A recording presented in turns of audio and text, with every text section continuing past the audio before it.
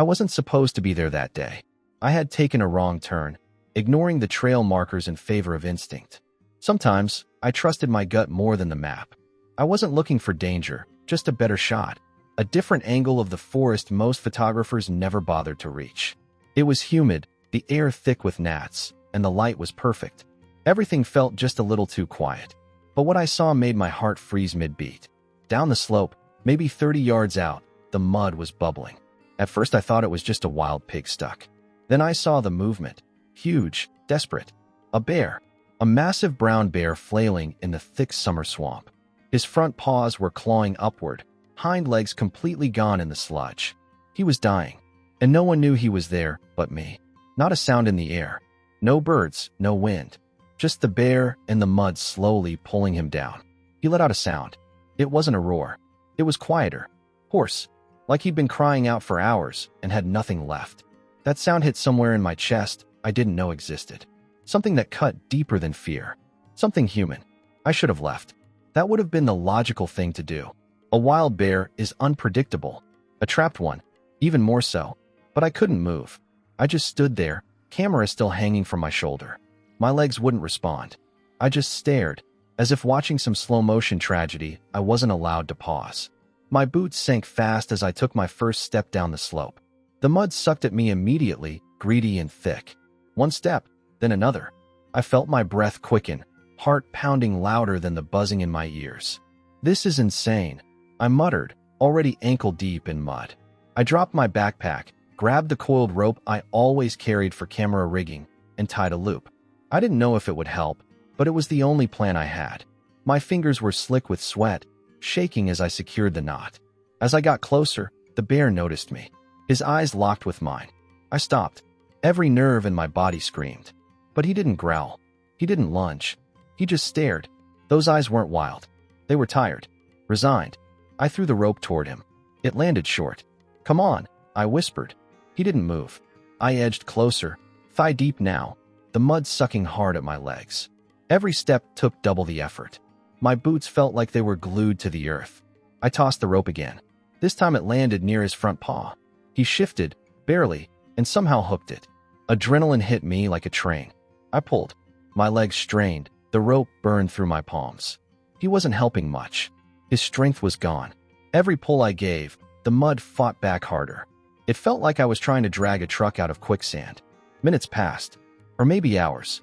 I lost track of time. My shirt clung to me with sweat and swamp water. My breath was ragged. I thought about giving up. My arms were jelly. My vision blurred. But I kept pulling. At one point, I lost my footing and fell face first into the muck. Mud filled my mouth and nose. I choked, panicked, rolled to my side, and spat it out.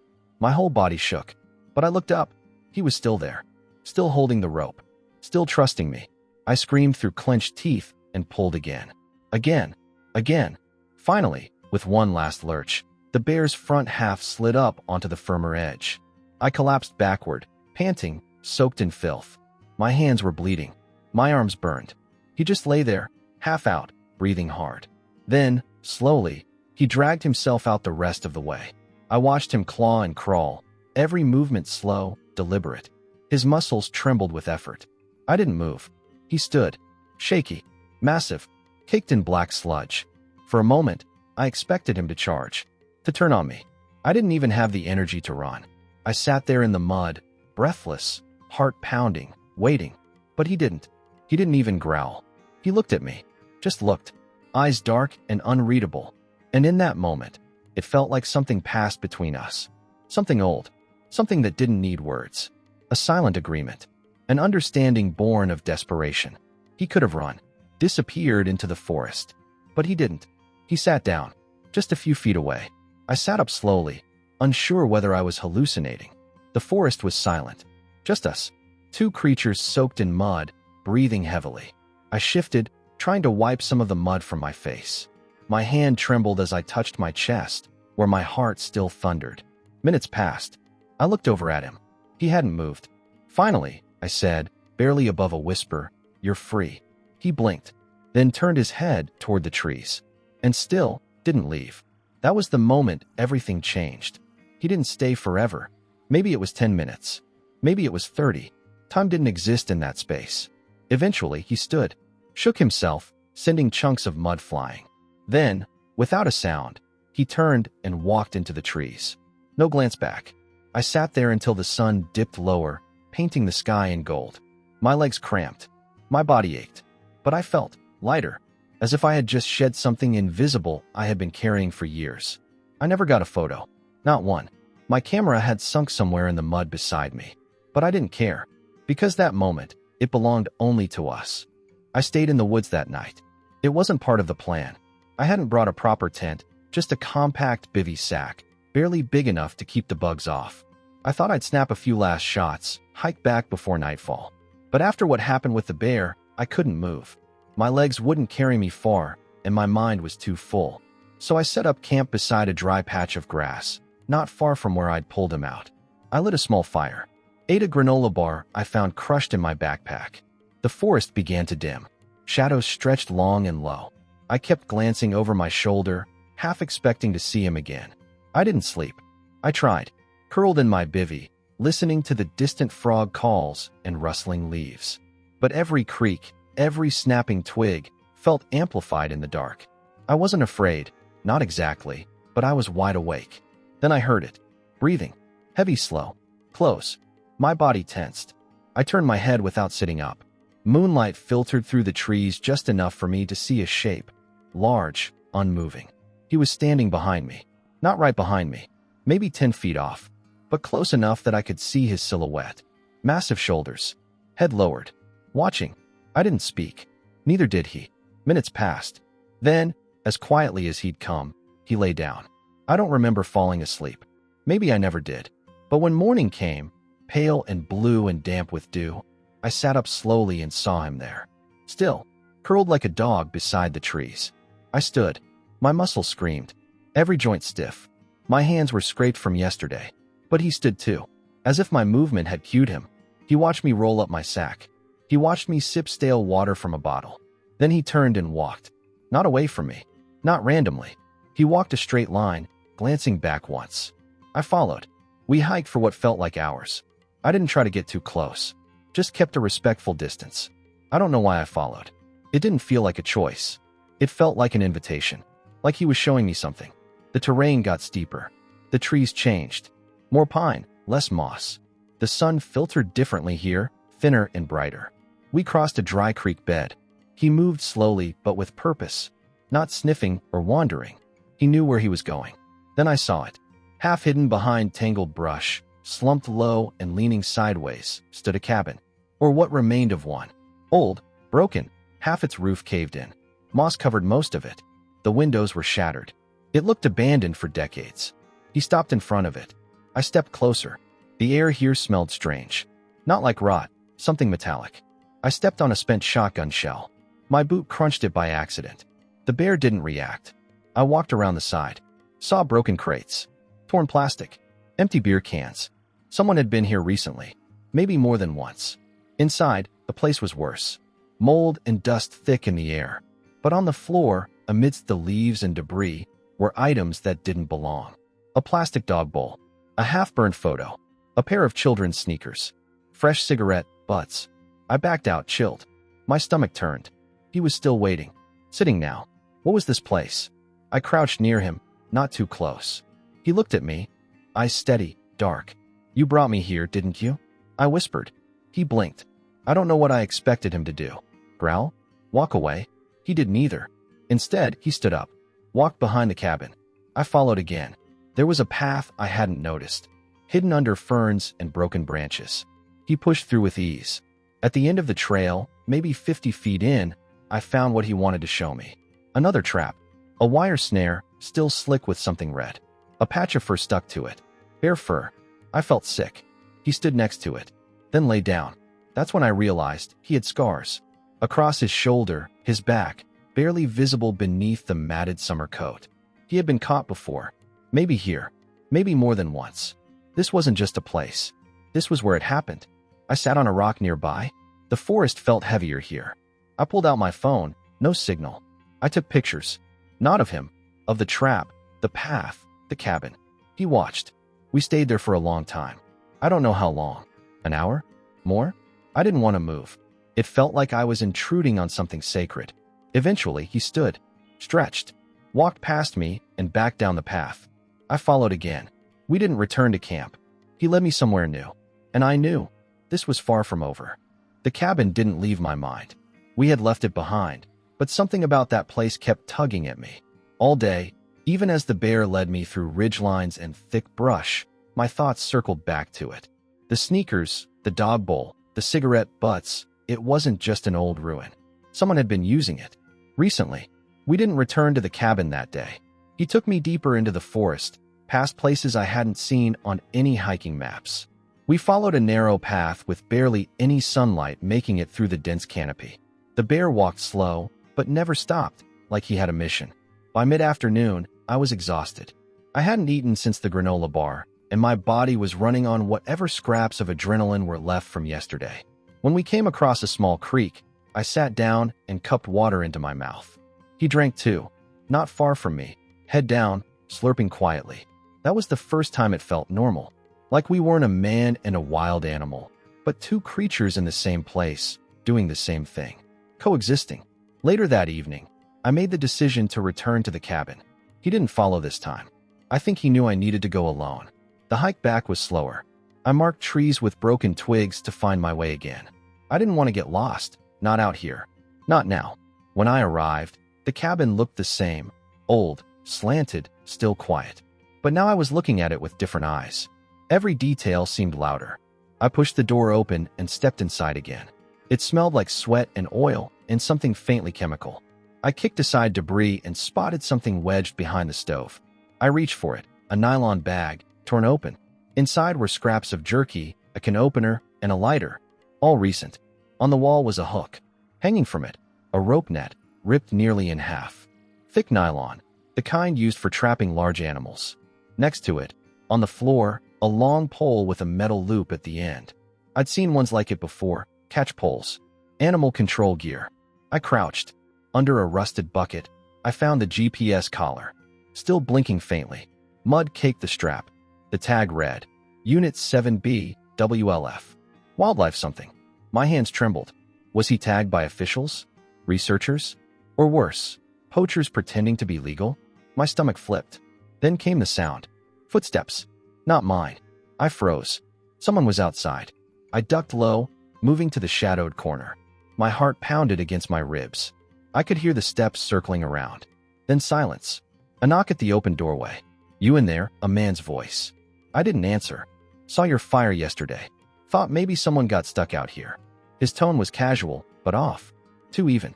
Like it had been rehearsed. He stepped into view. Mid-40s, maybe. Beard. Camo jacket. Clean boots. Too clean for someone walking these woods. His eyes scanned the room like he'd been here before. He looked down at the net. Damn bears keep wrecking my gear, he muttered. I stayed still. He turned, squinting toward the shadows. His hand drifted toward his hip. I saw something holstered there. Not a phone. Then he smiled. You see a big brown one come through here? I stepped out slowly, hands up, trying to sound neutral. Yeah, from a distance. Yesterday, it was heading west. He nodded, as if confirming something. You camping out here? Just passing through, I lied. You alone? I paused, then nodded. He studied me. Too long. You know it's illegal to interfere with tagged wildlife, he said, gesturing toward the GPS collar. I didn't touch anything, I said. Just stumbled on this place. He smirked. Then, without another word, he turned and walked out. But before disappearing into the trees, he looked back once. That night, I didn't sleep. I moved my camp. Just a short distance, but enough to feel less exposed. The bear didn't return. I listened for him. For anything. But only the wind answered. Whatever this was, it was bigger than just a trapped animal. I had stepped into something I didn't understand. And someone didn't want me here. I didn't wait until morning. As soon as the man vanished into the trees, I packed what little I had left. The bear hadn't returned, but I felt his absence like a missing shadow. Something told me we had to move. Now, I didn't know where to go, but I knew I couldn't stay. I followed the same route the bear had taken before, east, through thick brush and sloping terrain. The deeper I went, the quieter it became. No birds, no insects, just the crunch of my boots and the sound of my own ragged breath. After what felt like hours, I saw him. He was standing at the edge of a dry ridge, head high, scanning the horizon. He turned when I approached. Didn't flinch. Just waited. "They know I'm here," I whispered. He didn't react. Just turned and started walking. We moved together this time. Not man and animal, but fugitives. Partners, somehow. I didn't question it anymore. My instinct said to follow him, and I did. By midday, we were far from any trails. No cell signal. No markers. Just dense forest and the occasional break in the trees. He paused only once, to sniff at a patch of dirt, then kept moving. Always forward. Eventually, we reached a narrow gap in the trees that opened to a strange clearing. In the center, mounted on a thick tree trunk, was a weatherproof box. About the size of a shoebox, with a camouflaged pattern and a small blinking red light. A trail camera. I walked up to it. It looked newer than anything else in the area. Recently placed. I pulled it gently off its mount, flipped it over. Taped to the back, a micro SD card, sealed in plastic. I looked at the bear. He was watching me again. "Did you lead me here?" "Nothing. Just that steady, unreadable stare." I stuffed the card into my side pouch, and we moved on. That night, we stopped near a rocky outcrop. I made a small fire from damp sticks. He sat nearby, not close, but not far. He didn't eat, just stared at the flames like he understood what they meant. I pulled out my backup camera, a small handheld one with video playback. Slipped the card in and powered it up. The first few clips were what you'd expect. Deer, raccoons, an owl swooping in. Then I found one labeled manually. July /_10 capture. I pressed play. The footage was shaky, handheld. Someone walking through the trees. Breathing hard. A man's voice, the same one from the cabin, barking instructions to someone off-screen. "Keep him in the net. Tighten it." Camera pans to a bear. My bear, tangled in a nylon net, thrashing. Blood on his shoulder. A pole strikes his side. He roars in pain. Another voice laughs. "He's a big one. Sell for more than the last." I stopped the video. My stomach twisted. I looked over at him. He was still staring at the fire. He had brought me here on purpose. He remembered. He knew what they'd done. And somehow, he trusted me enough to show it. I kept watching. Later clips showed loading gear, boxes, chains. One showed a young bear cub in a metal cage, crying. My hand tightened around the camera. This wasn't hunting. This was something darker. I knew now, it wasn't just him they were after. It was anyone who saw too much. Me included.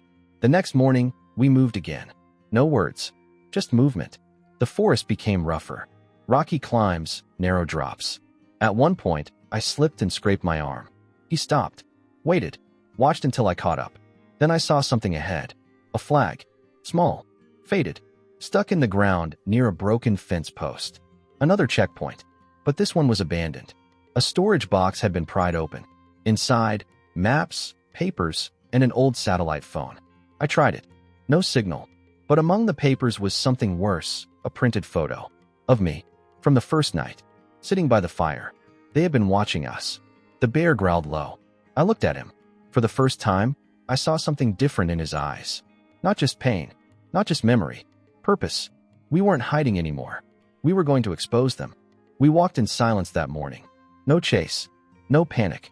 Just two figures moving through the thinning forest, step by step, towards something neither of us had said aloud. I didn't know where the road was, but he did. Somehow. Like he always did. The air was drier here. Fewer trees. I could hear birds again. Civilization was creeping closer. You could feel it in the wind, taste it in the dust. But with it came a weight in my chest I couldn't shake. I didn't want this to end. We crested a hill, and just beyond it, a dirt road curved through the trees like a scar. A logging route, maybe. It looked unused, but it was the first man-made thing I'd seen in days. He stopped. I stopped too. He didn't look at me this time. Just stood there, silent, massive, covered in days of forest and memory. I took a step forward. "Come on," I said quietly. "Let's get you somewhere safe." He didn't move. I turned toward him. His eyes weren't on me. They were fixed on the horizon. And then he walked away. Not down the road. Not back into the trees. Just away. Sideways. Without hesitation. As if he knew this was the end of our trail. And it had to end here. I didn't call after him. What would I even say? I watched him disappear into the brush, his body slowly swallowed by green. Then I sat down. Right there, at the edge of the road, my backpack still on. I sat for a long time, until the sun was high and my legs were stiff. When I finally stood, I felt it, the grief. Not sharp, not loud, but dull, deep, like the quiet after a funeral. I didn't look back. I made it home 2 days later. I showered, ate real food, told my friends I'd been camping. They didn't ask much. I didn't offer much. Part of me didn't want to taint it, what happened out there, with words. But I couldn't stop thinking about him. I'd wake in the night and listen for breathing. I'd walk past wooded parks and swear I saw a silhouette in the trees. I even checked news alerts for anything about captured wildlife or illegal trafficking busts. Nothing. A week passed. Then, one morning, I opened my front door and froze. There, on the welcome mat, was a shape. Small, dirty, wet from the morning dew. I crouched. It was a pouch, handmade, tied with twine, covered in mud and blood. My hands trembled as I untied it. Inside, a silver medallion. Cracked, dulled, but unmistakable. I had seen it on the video, around the neck of one of the poachers. The one laughing. The one who struck the bear with the pole. I turned it over. The back had a faint engraving. I couldn't read it. Too worn. But it didn't matter. He had brought it here. Somehow. From somewhere. He had come all the way to me. To my house. In a quiet neighborhood, miles from the forest. And left it. As proof. As a warning.